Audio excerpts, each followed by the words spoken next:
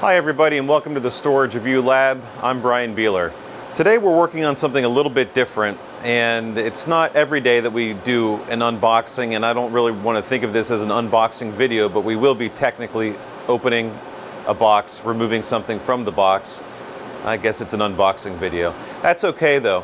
This is cool because this particular box comes to us from SK Hynix, and they do one of the best jobs of anyone we work with in boxing up and securing their drives. And even though they're SSDs, they're still really well packed. So let's just take a peek using our trusty port cover.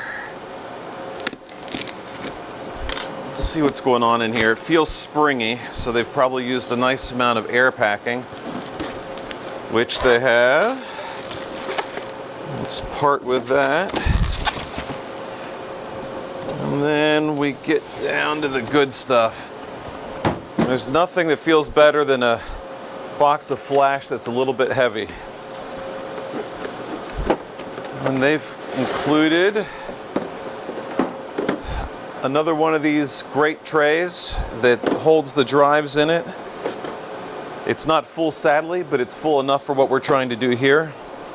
Let's pop this open and see what we've got. Now you can see out front, we already have 4 of the NVMe drives. These are the 3.8 terabyte drives from Hynix. That's the PE6011 family. These guys, we've got 1, 2, 3, 4, 5, 6, 7. We've got 8 of these guys. Now these are their SATA drive, and we're going to use those as part of this testing. And we're not really comparing SATA versus NVMe. That would be a silly comparison. But these are 2 terabyte class 4011 drives. And what we're going to do is populate this PowerEdge R640 with those. We're going to use the 4 NVMe bays in this server as well.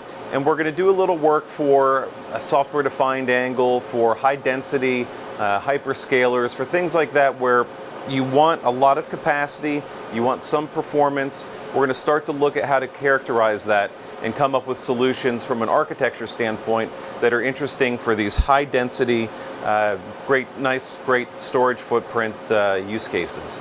So we're going to go get to work and put these drives in the system and get operational, and then we're going to have to figure out what to do with the extra ones.